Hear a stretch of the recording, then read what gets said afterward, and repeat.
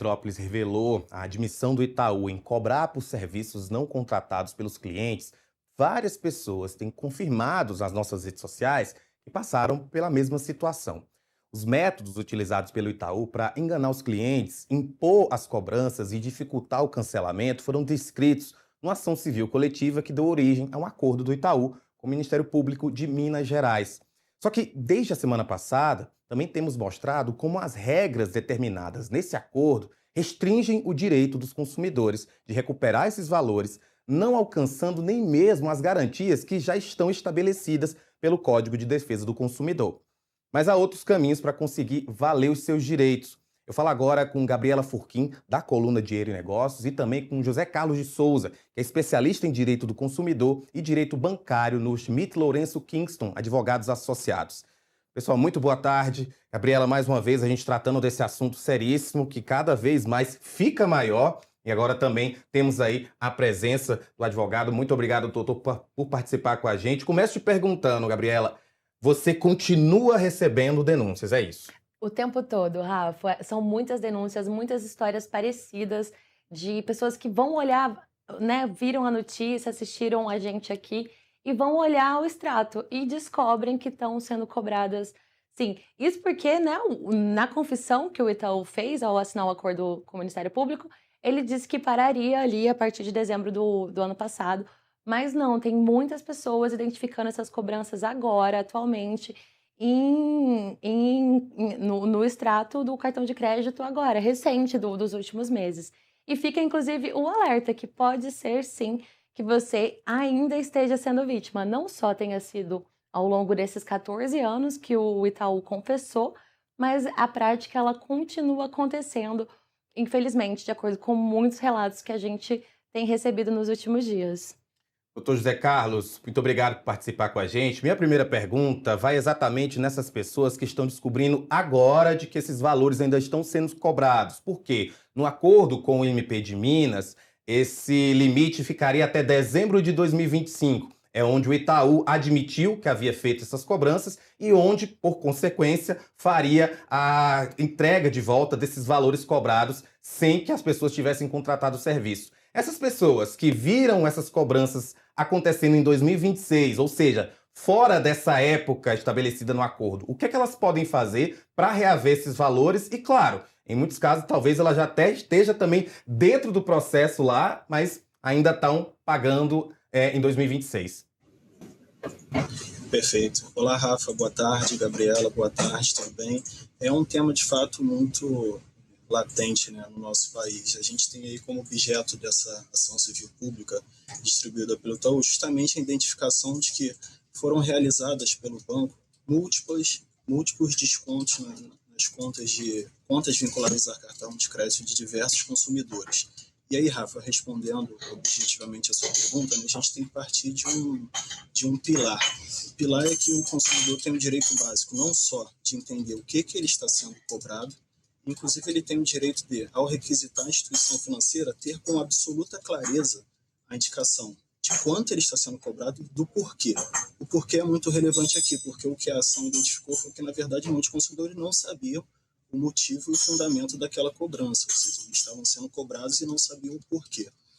E essa ação civil pública, que terminou aí com um acordo, né, praticamente ali um termo de ajustamento de conduta entre o Ministério Público Federal de Minas Gerais e o Banco Itaú Card, ela tem um objeto limitado, obviamente. Né? Eles fizeram uma limitação em cobrança.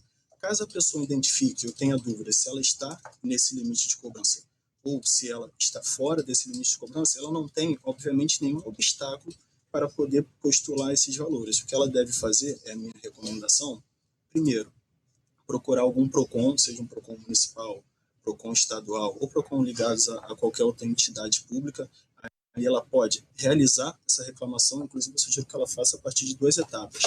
Primeiro, solicitando à instituição financeira que informe se há algum contrato relacionado a seguro em curso que está realizando alguma cobrança, e a partir dessa informação ela pode pedir, não só com base no que o Itaú reconheceu aqui, mas com base no Código de Defesa do Consumidor, eu cito a vocês o artigo 6º, que traz ali como direito básico do consumidor, artigo 14º, que traz ali o artigo 14 do Código de Defesa do Consumidor. Então isso traz ali uma possibilidade que o consumidor, mesmo que ele não esteja vinculado ao que foi objeto de acordo, que ele possa ir ao PROCON. E, obviamente, a gente tem os juizados especiais cíveis, o consumidor também pode fazer isso, inclusive sem auxílio de um advogado, pode procurar a Defensoria Pública, se preencher lá os requisitos, e pode também procurar um advogado, para que esse advogado possa instrumentalizar esse pleito junto ao judiciário.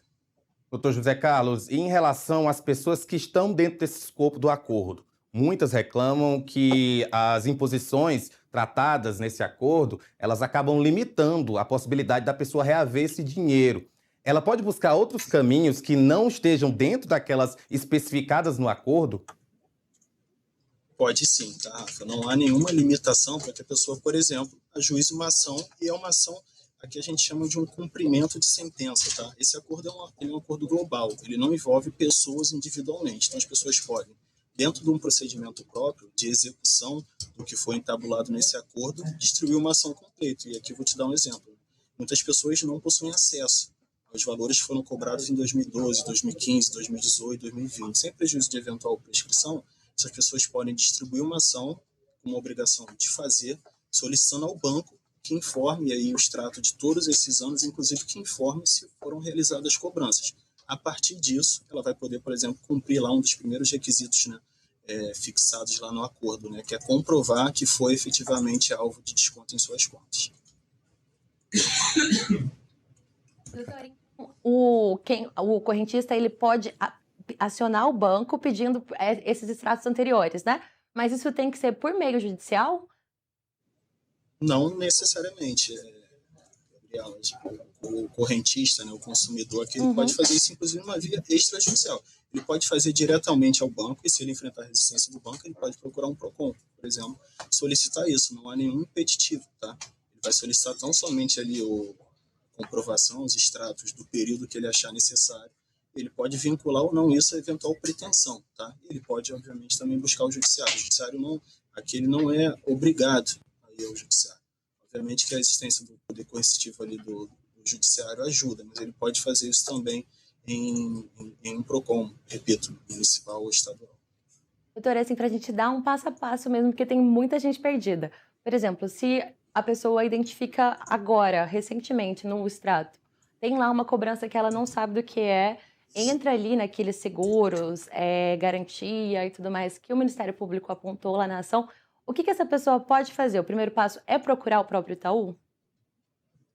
É o que eu recomendo, tá? Que faça contato direto com o serviço de atendimento ao consumidor da própria instituição financeira e que solicite a partir desse contato uma explicação do porquê que está sendo cobrado, porque se ela está sendo cobrada por valores que ela não reconhece, é que ela provavelmente ou não celebrou essa contratação ou essa contratação não foi ali completamente transparente, né, ao consumidor. Não obtendo uma resposta satisfativa, ele vai para um segundo passo, que é procurar um PROCON. E o PROCON costuma ser muito sério, tá, Gabriel? Você procura o PROCON, a partir disso você já agenda ali uma audiência de conciliação com os bancos e faz lá esse pleito. O PROCON tem todo um departamento que consegue redigir esse pleito do consumidor. Caso no PROCON ele não tenha esse pleito atendido, aí são os dois caminhos naturais, né? Procurar a Defensoria Pública para aqueles que podem estar ali sob o palio da Defensoria Pública, ou um advogado privado que poderá também fazer todo esse pleito judicial, tanto para pedir que o banco apresente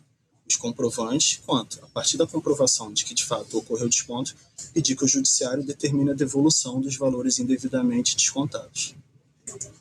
Quais são os importantes? Assim, é importante procurar o banco, tem que anotar protocolo, tem que levar o extrato que conseguiu, porque nem sempre o banco, né, é importante, fornece tudo. Assim, muitas pessoas possuem acesso ao celular ou até acesso ao internet bank pelo computador. Se a pessoa tiver já conseguir levar o extrato, é ótimo, tá? Porque muitas vezes no próprio extrato você já identifica que mês a mês estavam sendo realizadas cobranças na conta. E a partir desses contatos com o banco, anotar o respectivo protocolo, até para que seja comprovado junto ao PROCON, junto ao próprio judiciário, que a pessoa tentou resolver isso extrajudicialmente, né? Que teve ali um desgaste em razão de não ter tido o pleito dela atendido. Doutor, uma dúvida também que a gente teve, na verdade, semana passada. Na semana passada, a Gabriela Furquim, ela trouxe essa denúncia na coluna Dinheiro em Negócios, a qual ela assina. E uma das nossas discussões era o fato de que, em muitos casos, eram valores muito pequenos. e que, às vezes, até o constrangimento de buscar o judiciário faria com que as pessoas não buscassem isso. Existem outras formas da pessoa conseguir reaver esse dinheiro que não precise buscar a justiça para diminuir esse processo? Ou pode sim haver um momento em que o cliente, mesmo sendo lesado, mesmo estando ali no acordo, a admissão do banco que houve essa contratação sem que ele pedisse para que houvesse contratação, ele pode perder algum dinheiro caso vá buscar a justiça? Rafa, boa pergunta, tá? De fato, né? Muitas pessoas eram cobradas às vezes centavos por mês, né? E aí, se você for olhar numa soma total, não passava de poucos reais essa cobrança. Isso, contudo, primeiro, não impede que a pessoa faça esse pleito, tá? Até porque é um pleito tanto relacionado a descontos já realizados, quanto um pleito relacionado a descontos futuros, tá? Numa eventual ação judicial, sob o parecer da defensoria, advogado privado, ou inclusive no PROCON, a pessoa pode sim fazer o pleito de que não seja mais alvo de desconto algum, para que isso não se perpetue no tempo. E aí o segundo ponto, que foi a sua pergunta, né? Se a pessoa precisa se preocupar, nossa, eu estou indo postular a devolução de R$ 5, né, cobrados em 2, 3 anos, e eu posso ali ter algum encargo financeiro. Se isso for feito no PROCON, por exemplo, não há preocupação alguma, tá? O PROCON não faz nenhuma exigência, a pessoa pode ir tranquilamente ao PROCON. Perante o Poder Judiciário, contudo, a questão é diferente. A pessoa precisa comprovar que faz jus à gratuidade de justiça para que possa ter o seu pleito ali apreciado sem que dela sejam cobrados qualquer valor a título de custas judiciárias. Então, seria a única preocupação. Daí, inclusive, a minha passo a passo, né, que a Gabriela Forquim solicitou, sempre buscar o extrajudicial antes. Buscar a instituição, buscar o PROCON, e aí, se não for possível, ir ao judiciário com o auxílio da defensoria de um advogado privado. Doutor, só para a gente finalizar, então, eu sei que a gente acabou de comentar de que o melhor caminho é o extrajudicial, mas diante de tantos casos, diante de tantas denúncias, o senhor recomenda que as pessoas busquem, de fato, essa recuperação desse dinheiro, nem que seja de uma forma educativa, para que outras instituições financeiras não repitam esse processo? Rafa, os direitos, né, dos consumidores, eles são inegociáveis.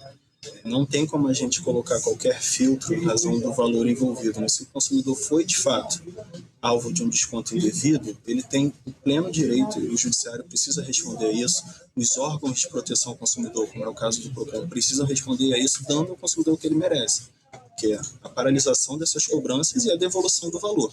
Tá? Inclusive, é um ponto de alerta, né? O Superior Tribunal de Justiça está decidindo nessa semana como que é feita essa devolução. Tá? Afetou um tema, na quarta-feira esse julgamento será iniciado. Inclusive, o consumidor pode conseguir a devolução em dobro desses valores. Tá? Então, eu recomendo sim que não deixem de fazer, a partir desse passo a passo, a busca pelo reconhecimento e a devolução desses valores, mesmo que sejam valores baixos. Tá? O extrajudicial, muitas vezes, pode resolver, mas se não resolver, sempre tem o caminho do judiciário. Doutor, muito obrigado por participar com a gente aqui no Agora Metrópolis. Qualquer novidade, por favor, sinta-se à vontade para voltar ao vivo. Maravilha, um abraço.